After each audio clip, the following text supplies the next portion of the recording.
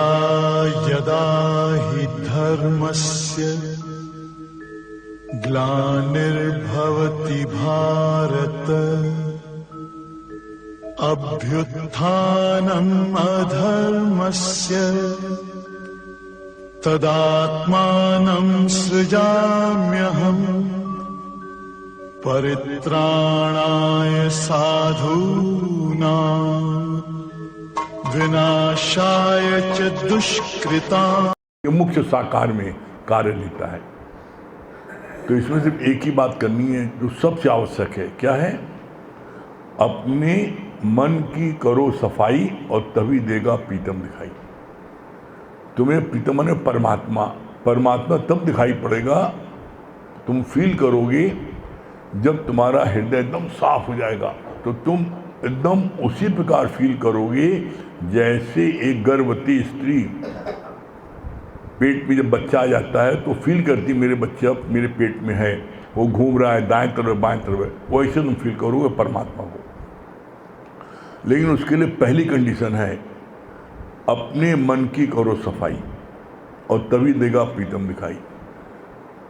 कभी एकांत में बैठ करके कुछ समय अपने मन से बात करो कि दुनिया में तुम हिगड़ी सिगड़ी बेईमानी चोरी फरेबी बुराई भलाई तुम दुनिया भर की करते हो, इतनी तो अपनी शक्ति को खराब करते हो, तो मिलता क्या है? निर्बटे सन्नाटा। तुम किसी की बुराई करते हो, किसी के बारे में बुरा सोचते हो, किसी के बारे में कुछ बुरा करते हो, तुम्हें मिलता क्या है? तुम कुछ बिगाड़ सकते हो किसी का? अरे एक मच्छर नहीं मार सकते जब तक परमात्मा की उसका हुक्म ना हो। तो इसीलिए 6 चीजें परमात्मा ने अपने हाथ में रखी है। कभी किसी से मत डरो। 6 चीजें भगवान ने अपने हाथ में रखी। कौन 6 चीजें हैं? हानि लाभ, जीवन मरण, यश अपयश विधान। हानि लाभ, तुम्हें हान होना है, तुम चाहे अपना सिर पटक दो, 20 घंटे 22 घंटे दुकान खोल बैठे रहो, हान होना है। तुम 365 दिन मेहनत करो रात दिन, हान होना एक दिन में आग लगी सब सुहा, कोई बचा नहीं पाएगा। शॉर्ट सर्किट हुआ गया, एक दिन छाती बंदूक रख के छीन लेंगे वो डकैत बदमाश, कुछ नहीं होगा। मतलब वो आपको हर कीमत पर आपका वो चला जाएगा। हान होना होगा तो किसी कीमत में बच नहीं पाएगा, किसी कीमत नहीं बच पाएगा। तो बोला इसके लिए हानि और लाभ। अगर लाभ होना है तो आप कुछ भी कर लो और कुछ न करो, लाभ होना है, भगवान आपको ऐसा लाभ दिला देगा जिसकी आप कल्पना नहीं कर सकते। और ये बात हम लोगों ने प्रैक्टिकल अपनी उसमें देखी है। कैसे देखी है? कोरोना पीरियड में कितने लोग बर्बाद हो गए, उजड़ गए, खाने के लिए उनको नहीं मिला, एक पैसे का व्यापार उनका सब बंद हो गया। अब जिनका कपड़े का धंधा था एकदम चौपट हो गया, एक नहीं बिका, दुकानें ही खुल रही है और कौन खाने के लिए कपड़ा कौन लेगा? लेकिन कुछ ऐसी चीज़ें थी कि भगवान ने आज तक जब से वो व्यापार कर रहे हैं, आज तक जिंदगी में इतना फायदा नहीं हुआ। अपने मुख से मेरे को बोला कि आज तक गोदाम में झाड़ू नहीं लगी, इस बार झाड़ू तक लग गई, सब माल बिक गया, एक माल नहीं बचा। माल ही नहीं, माल आ नहीं रहा है कोरोना में। जिसके बाद माल था, भंडार था, वो मालो माल हो गया। तो अब लाभ होना था तो कैसे हो गया? नहीं, अपना सिर पटकते रहते लाभ नहीं होता, हानि हो जाती है। कभी इसकी चिंता नहीं करो, लाभ हानि ये 6 चीजें परमात्मा ने अपने हाथ रखी है। लाभ हानि, जीवन मरण। जीवन, अगर तुम्हारा जीवन है तो कोई कितना भी गुंडा बदमाश, कितना बड़ा बारहा हो, चाहे कितना भी आपको गोली मारे, मर नहीं सकते आप। इसका प्रमाण है। क्या प्रमाण है? आप देख लो, 20-20 गोली लगती है जवानों को बॉर्डर पर, बच जाते, कुछ नहीं होता। 20-20 गोली लगती है, वो भी कि 303 की गोली, कुछ नहीं होता। जिसको बचना है मारे राम तो बचाए कौन, और बचाए राम तो मारे कौन? कौन मारेगा, कौन बचाएगा? आप लोगों ने खुद पेपर में पढ़ा कितनी बार, जब गुजरात में भूकंप आया था तो एक कुत्ते का पिल्ला छोटा सा 13 दिन तक जमीन में दबा था, और उसके बाद में खोजी कुत्तों को बुलाया गया कि भाई कौन लाश दबी है, कहीं ऐसा ना हो जिंदा हो। खोजी कुत्तों को बुलाया गया तो कुत्ते अपनी जात के लोगों को तुरंत खोज लेते हैं। वो पहले अपनी बच्चे को खोजा, उसने खोदा हुआ तो देखा बच्चा जिंदा है। अब बताओ 13 दिन तक कौन उसको खिला पिला रहा था, कैसे जिंदा था? तो बचाए राम तो मारे कौन? अगर परमात्मा बचाने पर आ जाए तो कोई मान नहीं सकता। आप देखो कितनी मरतबा ऐसा हुआ है, पता लगा कि आपके प्लेन क्रैश हो गया, 250 लोग बैठे हैं, सब मर गए, एक बच्चा बच गया। अब बताओ उसको किसने बचा लिया? ट्रेन पूरी ऊपर से निकल गई, बच्चा बच गया, खुरुस तक नहीं आया। कितने लोग अपने परिवार से, समाज से उबिया करके, खिसिया करके जहर खा लेते हैं, मरते हैं? नहीं मरते। आग ला लेते, नहीं मरते। जब तक उनकी आयु है, जितनी भरी चाबी राम ने उतना चले खिलौना, जितनी परमात्मा ने चाबी भरी उतना चलेगा, कोई उसको रोक नहीं सकता, कोई नहीं रोक सकता। तो तुम किस बात के लिए डरते हो? हमें कोई मार देगा, गुंडा बन, अरे कोई, आप जो गुंडा बन बात करते हो, जितने डरपोक होते दुनिया में कोई नहीं होता। इतने डरपोक होते हैं वो कभी लड़ते नहीं, लड़वाते हैं, मरवाते हैं, सामने नहीं आते, उनके एक पैसा भी नहीं होता। तो ऐसे में कभी जीवन में डरो नहीं। और गुरु जी क्या बोलते हैं, जो डर गया सो मर गया, उसको जिंदा रहने का अधिकार ही नहीं है। जिसने भी गीता ज्ञान सुन लिया है मन मना भाव होकर के, उसके मन में डर नाम की चीज जरा सी नहीं आ सकती। क्यों? भय किसे लगता है? अरे जब आप ब्रह्मज्ञानी किसी को जीव देखते नहीं ना, ब्रह्मज्ञानी हर एक में ब्रह्म को देखता है। और कितनी विडंबना है, कितना बड़ा आश्चर्य है। ब्रह्मज्ञानी हर एक में, तुम सब में ब्रह्म देखता है, जबकि तुम्हारे में तो ब्रह्म प्रकट नहीं हुआ है ब्रह्म जरूर, तुम हो ब्रह्म जरूर, लेकिन तुम्हारे अंदर से ब्रह्म प्रकट नहीं हुआ है। वो कैसा है? वो दबा हुआ है। जैसे पानी के ऊपर काई पानी को आच्छादित कर लेती है, धोबी घाट में जाइए, इतनी काई पड़ी होती है, पानी ढक जाता है। उसी तरीके से तुम्हारे ब्रह्म को तुम्हारे विकारों ने ढक रखा है। तुम्हारा परमात्मा ब्रह्म प्रकट नहीं हुआ है, तब भी तुम्हें गुरु ब्रह्म करके देखता है। क्यों? वो जानता है कि है ही भगवान। और ये सत्यता यही है कि एक भगवान के अलावा इस पूरे ब्रह्मांड में कोई दूसरी चीज नहीं है। गीता को आप पढ़ो ध्यान से, सुनो ध्यान से, तो आप इसके एक नहीं 20 प्रमाण हैं। आप बोलते हो ना फूलों में राम, कलियों में राम, कहानी राम है। आप बोलते हो जर्रे जर्रे में है झांकी राम की, किसी सूझ वाली आंख ने पहचान की। आप बोलते हो कोई जगह न तुझसे खाली है, तू व्यापक डाली डाली है। अब कहाँ बचा राम? आप बोलते मेरे रोम रोम में बसने वाले राम, कहानी राम है। अब तुम्हारे शरीर में भी रोम रोम गिनो, करोड़ों रोम हो गए, करोड़ से कम नहीं हो, ज़्यादा होगा। अब तुम्हारे रोम रोम में राम बसा है। परमात्मा उसी तरीके से बसा है जैसे रसगुल्ले में सीरा, पूरा सीरे से उत्प्रोत है। उसी तरीके से परमात्मा फिल्ड विद गॉड, ये पूरा ब्रह्मांड उसी से भरा है। लेकिन किसी सूझ वाली आंख ने पहचान की। ये सूझ वाली आंख किससे मिलती है? ये सूझ वाली आंख मिलती है सदगुरु से। दुनिया में गुरु बहुत से हैं, गुरु घंटाल बहुत से हैं, चाकू गुरु, जेब कतरे गुरु हैं, बंदूक चलाने वाले गुरु, हर इलाके में गुरु मिल जाएंगे। और इलाहाबाद में तो पूरा मोहल्ला गुरुओं से भरा है, माना गुरु, साना गुरु, कुंदन गुरु, मुंडन गुरु, कितने गुरु हैं यहाँ पर। यहाँ तो हर इलाके में गुरु ही गुरु हैं। गुरु हजार हो सकते हैं। गुरु तो द्रोणाचार्य भी थे। जो गुरु होते हैं वो स्वार्थ का होता है, वो जिससे अधिक पैसा पाते हैं, जिससे मान सम्मान पाते हैं, उसको वो शिक्षा देते हैं, सिर्फ बाकी को नहीं देते। द्रोणाचार्य ने पांडवों को शिक्षा दी, बाकी लोग नहीं दी। तो जो पर्टिकुलर किसी से लाभ लेता हो और वो दे। अब जितने भी स्कूल में टीचर हैं सब गुरु ही तो हैं, यूनिवर्सिटी में टीचर गुरु तो हैं, लेकिन लेते हैं तनख्वाह 1.5 लाख 2 लाख, तब पढ़ाते हैं ना, हराम को पढ़ाते हैं।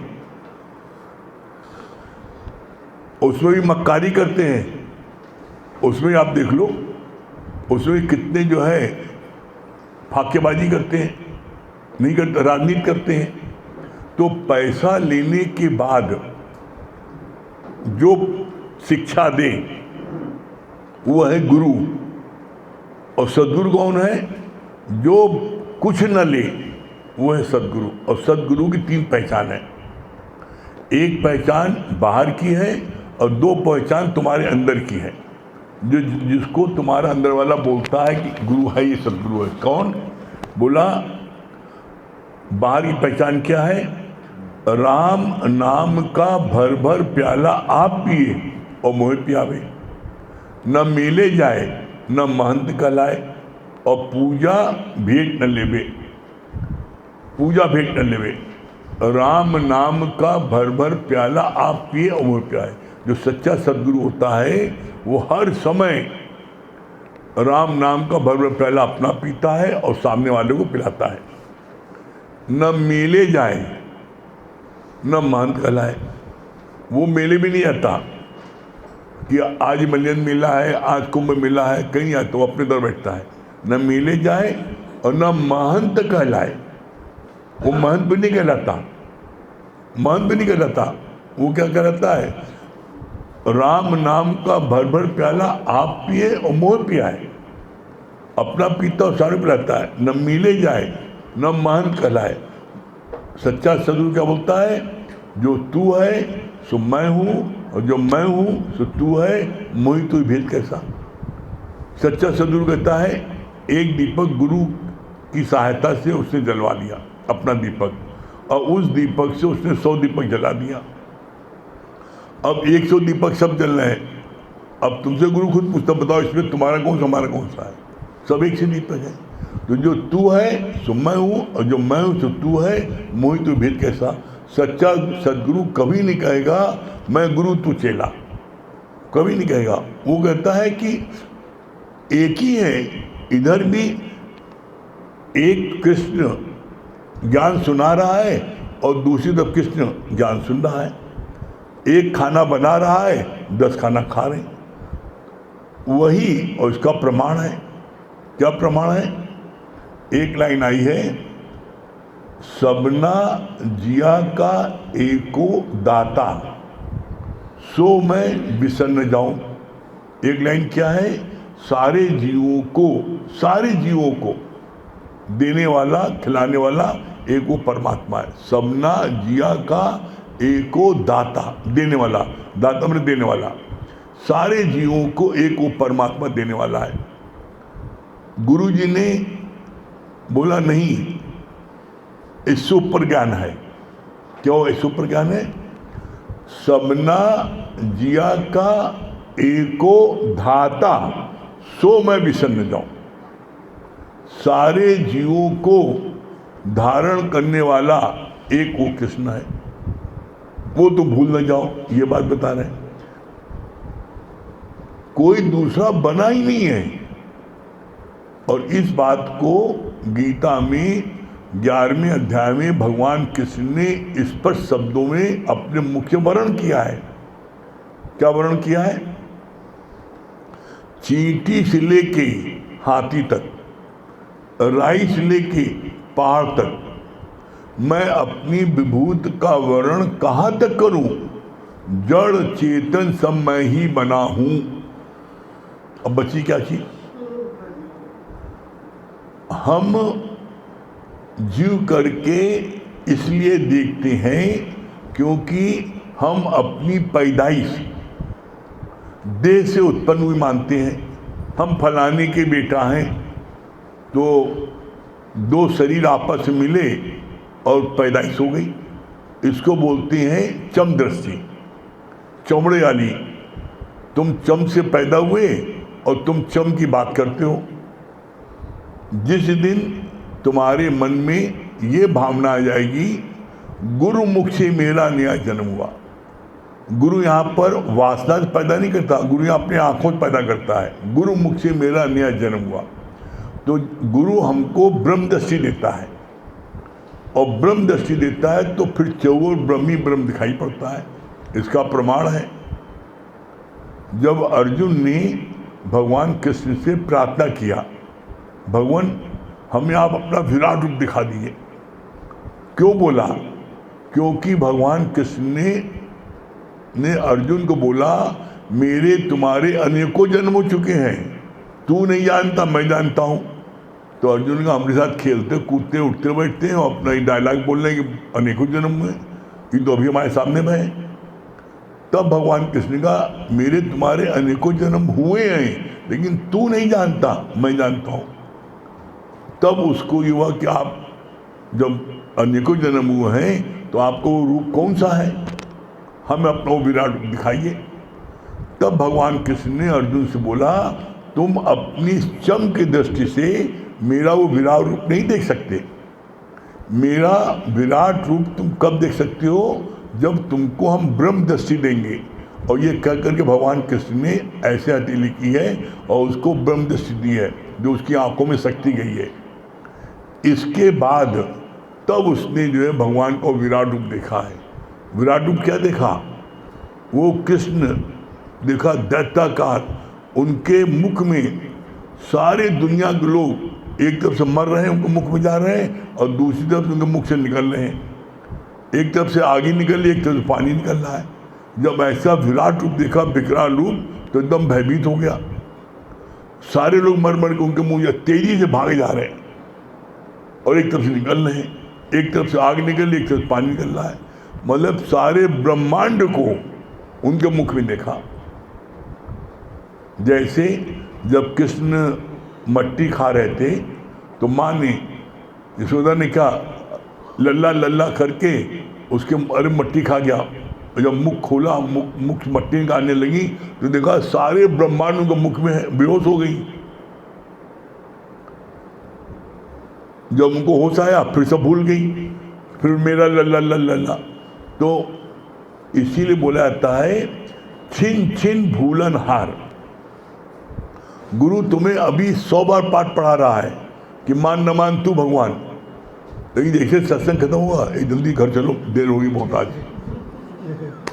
इन्हें तो कुछ करना नहीं है, अपना भी नहीं ठल्ले, हम सब नहीं ठल्ले बना रहे हैं। अपना तो अंठी मार के बैठे हैं हमको। अरे बहुत बात सुनने को मिलती है, तो थोड़ी ना इस आप ये कांटों बड़ा ताज है। ये जो तलवार की नोक पर चलना होता है कोई छोड़ता है? एक से एक डायलॉग सुनने को मिलते, एक ही लोग बताते हैं भैया वही बोल रहे थे, ये फलाना सब। लेकिन गुरु ने क्या बोला? जब तुम अपनी आत्मा में हर समय विचरण करते रहोगे तो किसी की बात तुमको छू नहीं पाएगी। तुम देह में रहोगे, सबकी बात तुमको मिर्चा लगेगी, और जब मिर्चा लगेगी तुम इस काम नहीं कर सकते, तुम ज्ञान नहीं बांट सकते। इसमें तो तुमको बहुत जरूरी है इसमें कि तुम अपने देहाध्यास ऊपर उठ करके अपनी आत्मा विचरण करो। तो पहली पहचान क्या बताई? राम नाम का भर भर प्याला आप पिए और मुँह प्यावे, न मिले जाए न महंत कहलाए, और पूजा भेंट न ले, अपनी पूजा नहीं कराता। ये तो जिसके अंदर में अतिशय श्रद्धा होती है वो पूजने लगता है तो गुरु उनके उसको झेलता है, उन्हें शौक नहीं ना, लेकिन वो लोग समझते अपनी पूजा करा रहे, पूजा नहीं करा रहे। गुरु जो है जब बैठ के देखो 3 घंटा पास में पता लगे, तो ऐसे में वो उनके उसके भाव को रखने के लिए वो ऐसा करता है, उसको शौक नहीं ना। पूजा भेंट न लेवे, किसी प्रकार की कोई भेंट नहीं लेता, नहीं किसी प्रकार की कोई पूजा कराता है। पहली पहचान ये बताई, ये बाहर की है। दूसरी पहचान बताई अंदर की, जो तुम्हारे अंदर है। क्या है? सच्चा गुरु मिला तब जानियो, जब मिटे मन मोह ताप। सच्चा गुरु मिला तब जानना जब तुम्हारे अंदर से राग और द्वेष कम होने लगे और एक समय समाप्त हो जाए। यहाँ पर एक व्यक्ति ऐसा नहीं बैठा होगा जिसने मात्र 1 हफ्ते सत्संग सुना हो, जिसके अंदर से पहले से मोह कम न हो गया हो, पहले से द्वेष कम न हो गया हो।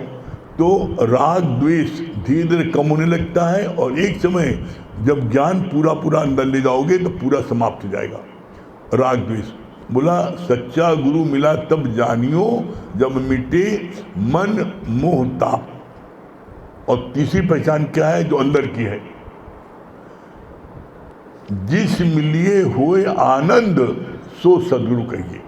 जिसके मिलने से, जिसके दर्शन करने से हमको बड़ी ठंडक मिले, आनंद के अनुभव, तो जानो सच्चा सदगुरु है। ये है सच्चा सदगुरु। बाकी गुरु घंटाल तो बहुत से हैं और गुरु बहुत से हैं, हर चीज़ के गुरु हैं, हर चीज़ गुरु हैं।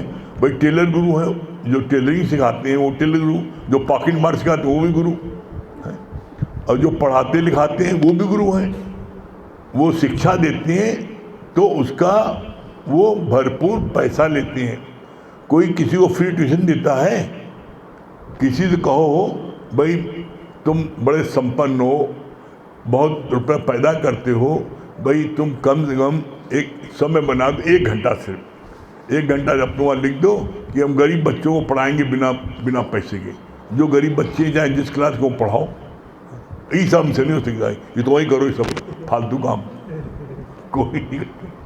तो जब तक आप बांटोगे नहीं, आपको मेहंदी का रंग नहीं रखेगा। जो बांटने वाले को लगे मेहंदी का रंग, इसीलिए कहा जाता है जो अपने तन का, मन का, धन का दूजों को जो दे दान, वो सच्चा इंसान, वो धरती का भगवान। अपने दिल में टटोल के देखो, आज तक तुमने किसी के लिए कुछ किया है? चेक करो। और अगर तुमने सिर्फ मैं मेरे के लिए किया है, तो गुरु जी ने बड़े कड़े शब्द का इस्तेमाल किया इसके लिए। क्या बोला है? जो जीता है मैं और मेरे के लिए, उसका मरना भला है, और जो जीता है सर्व के लिए, उसका जीना भला है। देखो हम किसी और के लिए बदले, हम वही पुंगड़ा पुंगड़ी उन्हीं के लिए, बस सारा धन दौलत उन्हीं के लिए, सारा सब कुछ उन्हीं के लिए। कभी तुमने किसी के लिए कुछ किया है? और जब तक तुम बांटोगे नहीं, जब तक तुम्हारे अंदर में सच्चा आनंद की अनुभूति नहीं हो सकती है। सच्चे आनंद की अनुभूति लेना हो तो बांटो। और ये ज्ञान धन जो है, भगवान कृष्ण ने बोला मेरे मत से सबसे उत्तम दान है ये ज्ञान का दान। अब बांटो, किसे मना किया है? और इस ज्ञान के दान देने में आपका तन, मन, धन तीनों लग जाता है। लगाओ, देखिए कितना लगाते हो। ठीक है। हमारे नवरत्न के पार्टी में, और जितने लोग बात है हमारे नवरत्न दिया, सबको चेहरा कैसे चमचमा रहा है, एकदम बिल्कुल गुलाब की तरह लाल लाल। जो बांटेगा उसको सबको लगेगा। के नाम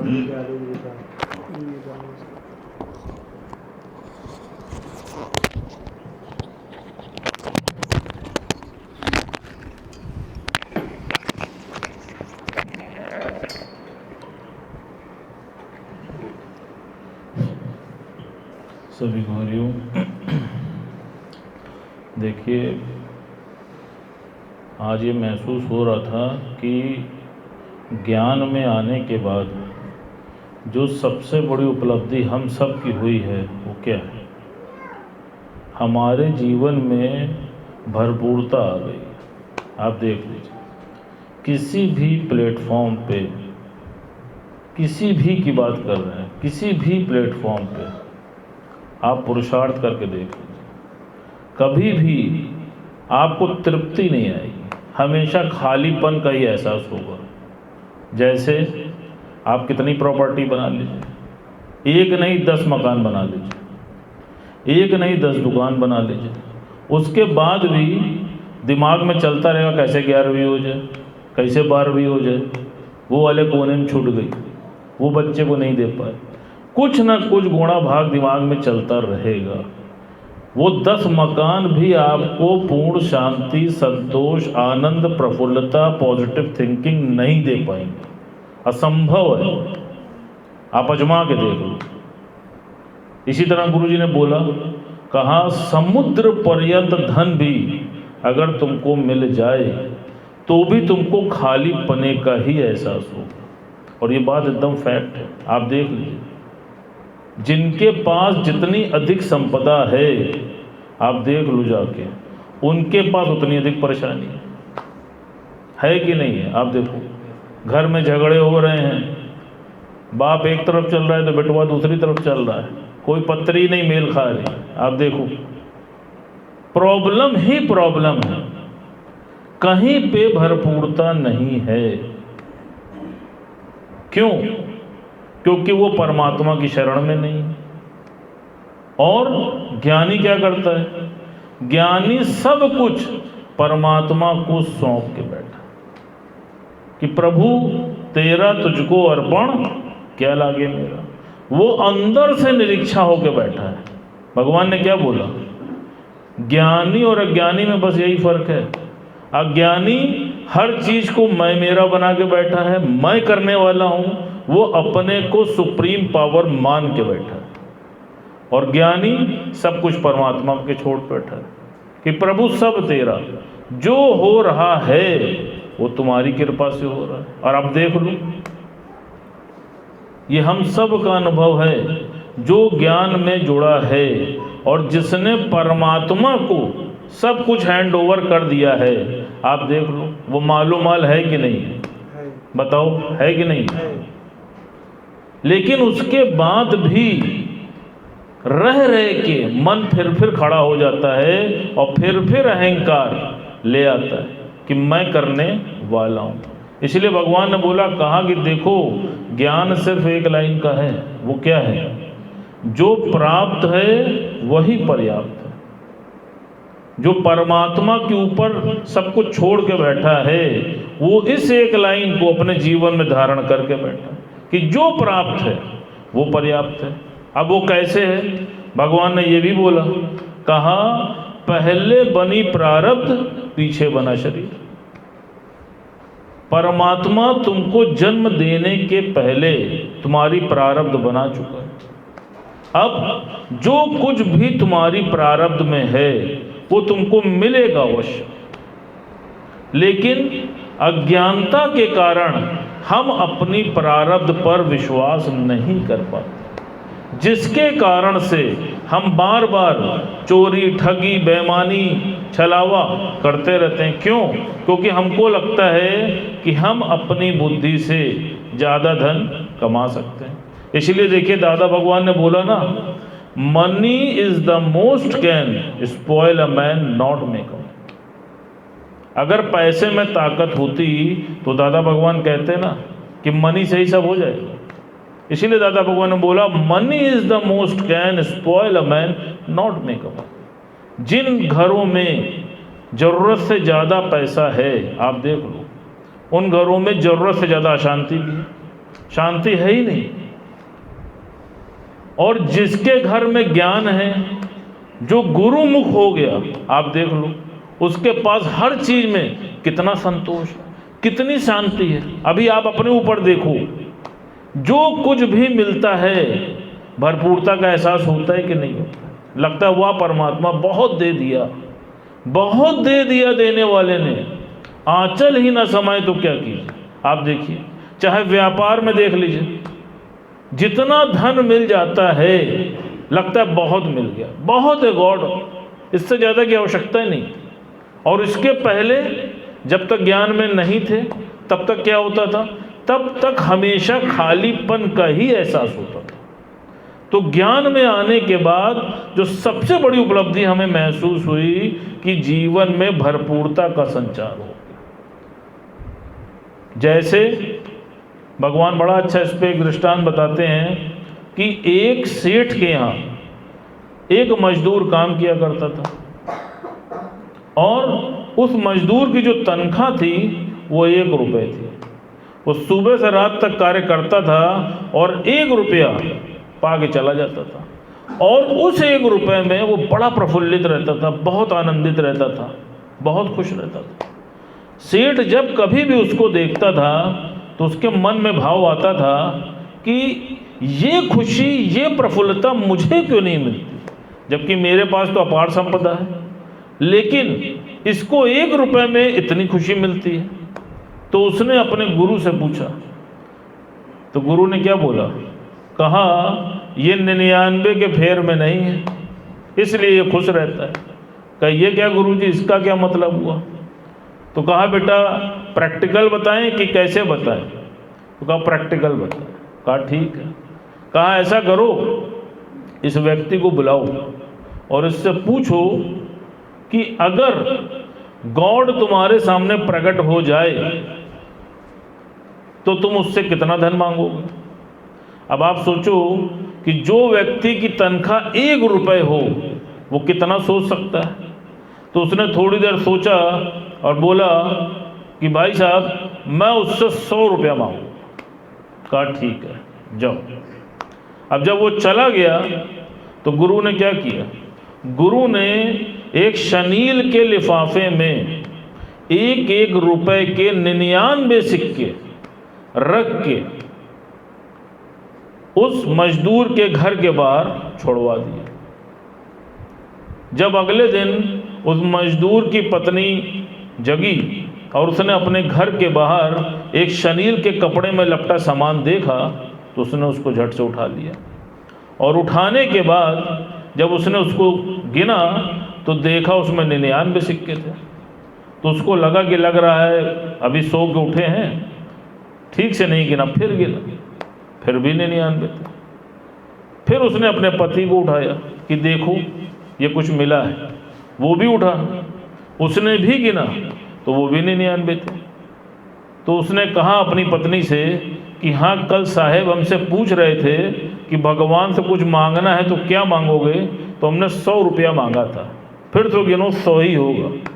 फिर गिना लेकिन फिर भी वो 99 ही निकला। तो उसने क्या किया? उसने अपनी पत्नी से बोला कि कोई बात नहीं, तुम इसको रख लो और अब कल जब मुझको तनख्वाह मिलेगी तो उसमें से हम इसको जोड़ लेंगे। अब उसने क्या किया? जब अगले दिन उसको 1 रुपया मजदूरी स्वरूप मिला तो उसने सिर्फ 8 आने खर्च किए और 8 आने जोड़ने में लग गया। इस प्रकार उसने रुपए तो जोड़ लिए, लेकिन जो 1 रुपये की भरपूरता उसके जीवन में थी वो उसके जीवन से चली गई। क्यों? क्योंकि वो 99 के फेर में लग गया। ठीक इसी प्रकार यही परिस्थिति हमारे जीवन में भी है।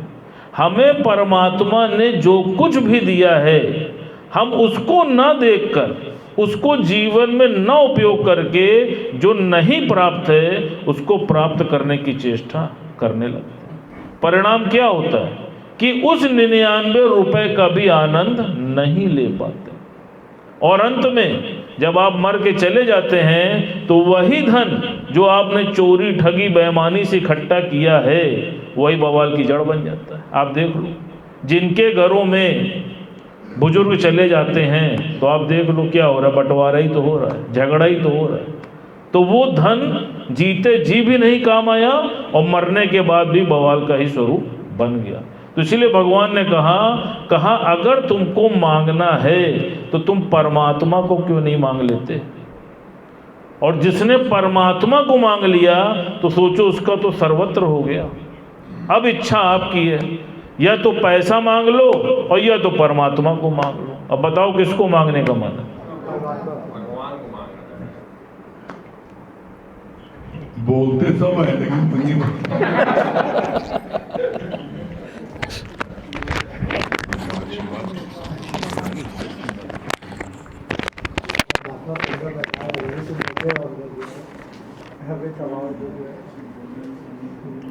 सही प्रेमियों को हरिओम राम राम। भजन से पहले मन में कुछ एक भाव आ रहा था कि आज भगवान श्री कृष्ण की छठी का दिन है, तो कुछ कहना चाहते हैं उनके बारे में। गोकुल में जो करे निवास, गोपियों संग जो रचाए रास। गोकुल में जो करे निवास, गोपियों संग जो रचाए रास। देवकी यशोदा जिनकी मैया, ऐसे हैं हमारे किशन कन्हैया, ऐसे हैं हमारे किशन कन्हैया। राधे जी का प्रेम मुरली की मिठास, राधे जी का प्रेम मुरली की मिठास। माखन का स्वाद गोपियों का रास, माखन का स्वाद गोपियों का रास। इन्हीं से मिलकर बनता है श्री कृष्ण जी की छठी का दिन खास।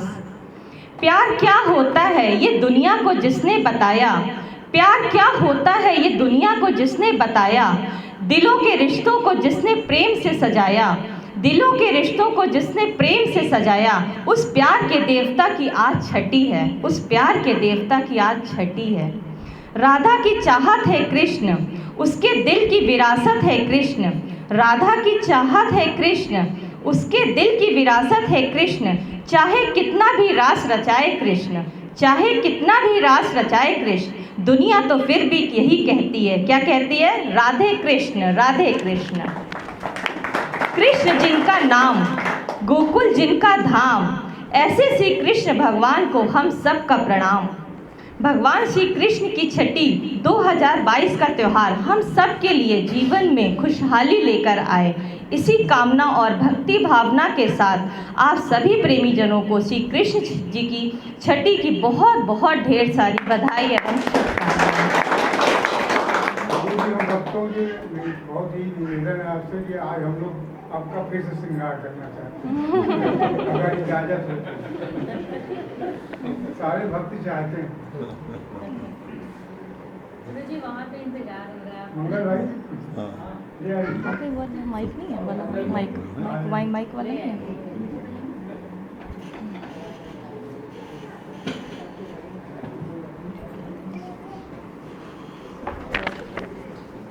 उन्हीं पे एक भजन भी गाना चाहते हैं, चल नहीं रहा। हेलो। श्री कृष्ण गोविंद हरे मुरारी, हे नाथ नारायण वासुदेवा। श्री कृष्ण गोविंद हरे मुरारी, हे नाथ नारायण वासुदेवा। पिता माता स्वामी सखा हमारे, पिता माता स्वामी सखा हमारे। हे नाथ नारायण वासुदेवा। श्री कृष्ण गोविंद हरे मुरारी, हे नाथ नारायण वासुदेवा। श्री कृष्ण गोविंद हरे मुरारी, हे नाथ नारायण वासुदेवा। हर सांस में तेरी याद होवे, हर याद में तेरी बात होवे।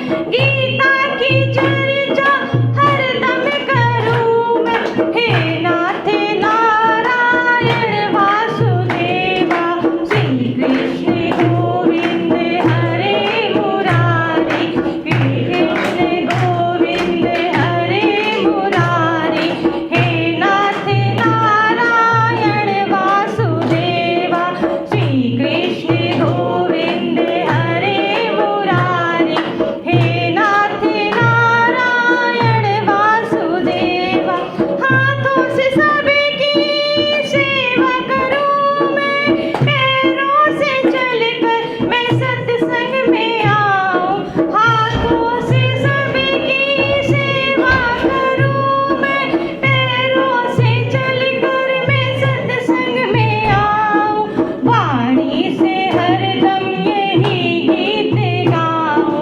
हे नाथ नारायण वासुदेवा, श्री कृष्ण गोविंद हरे मुरारी। हे नाथ नारायण वासुदेवा, पिता माता स्वामी सखा हमारे, पिता माता स्वामी सखा हमारे। हे नाथ नारायण वासुदेवा, श्री कृष्ण गोविंद हरे मुरारी।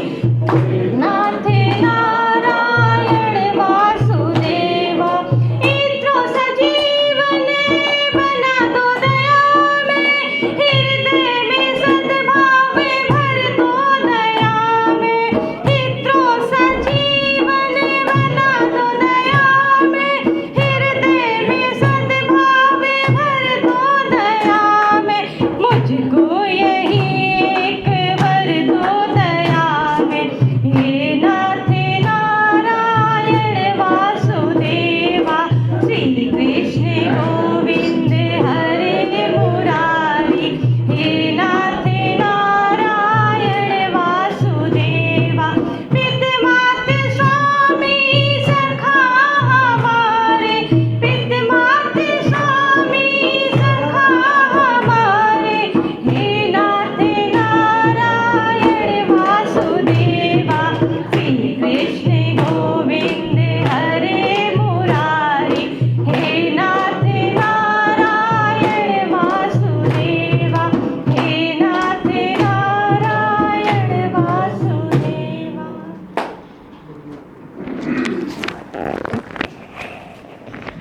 दुर्गेश भैया दिल्ली।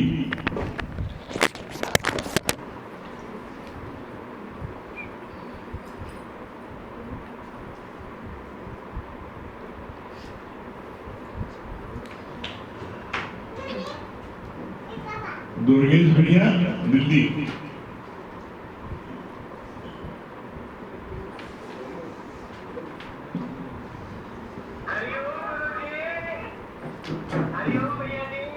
हरिओम।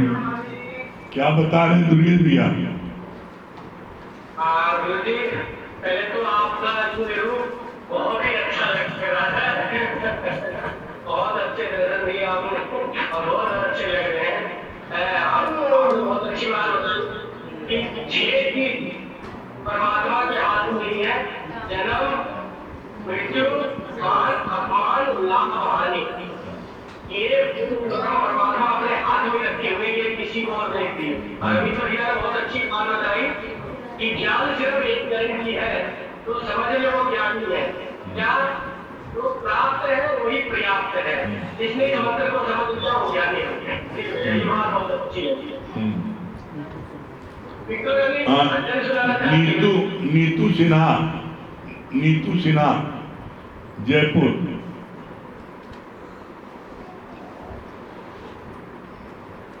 नीतू सिन्हा जयपुर।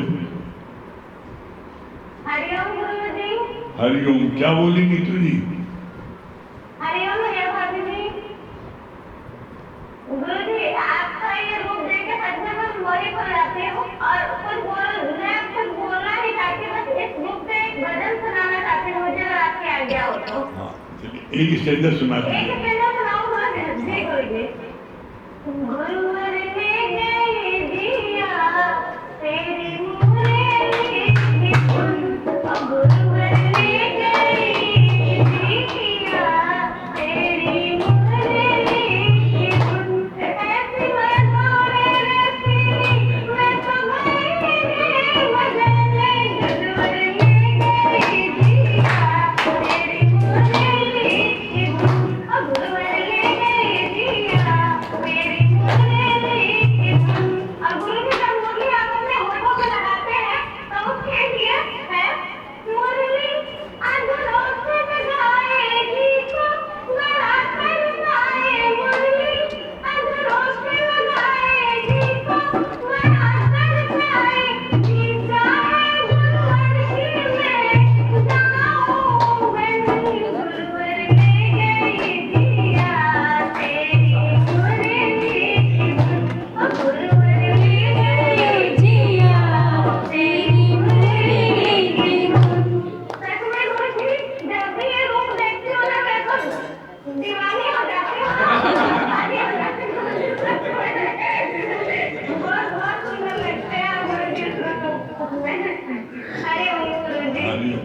डॉक्टर शांति दिल्ली।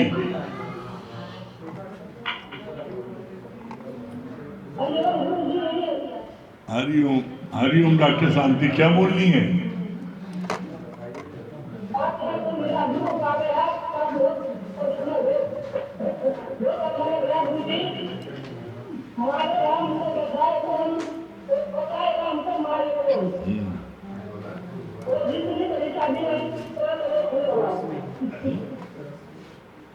हाँ, रश्मि जी दिल्ली, रश्मि जी दिल्ली।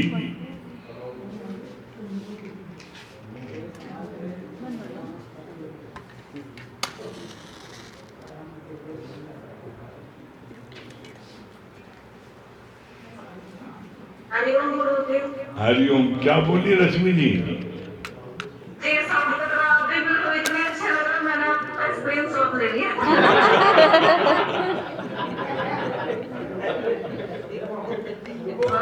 गुरुजी आप बहुत अच्छा बोल रहे थे। सच्चे सतगुरु के का पहचान में बोल रहा है कि सच्चा सतगुरु वही है जो राम नाम का भरोसा प्यारा आपके और मोहे पिलाए, अपना दिले जाए और ना बाहर फैलाए। ये बहुत अच्छे लगे। और सच में गुरु जी आज आप बहुत सुंदर लग रहे हो भैया। ये भविष्य के खड़े होंगे हरि हाँ, ये अब संगीता रानी को सुनाएंगे। मन में बसा के तेरी मूर्ति उतारूं मैं गुरुवर तेरी आरती। मन में बसा कर तेरी मूर्ति उतारूं मैं गुरुवर तेरी आरती। तेरी आरती आरती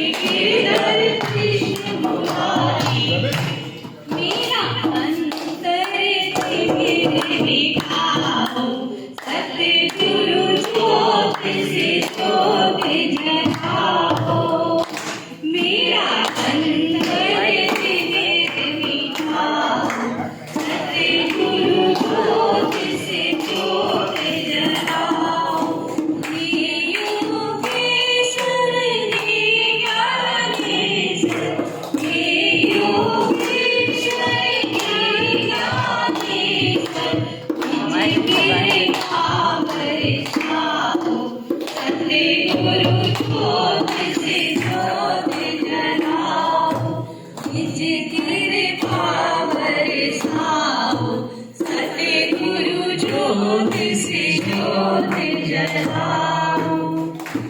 हम बालक तेरे द्वार पे आए, हम बालक तेरे द्वार पे आए, मंगल दरस दिखाओ, सतगुरु ज्योत से ज्योत जलाओ, मंगल दरस दिखाओ, सतगुरु ज्योत से ज्योत जलाओ।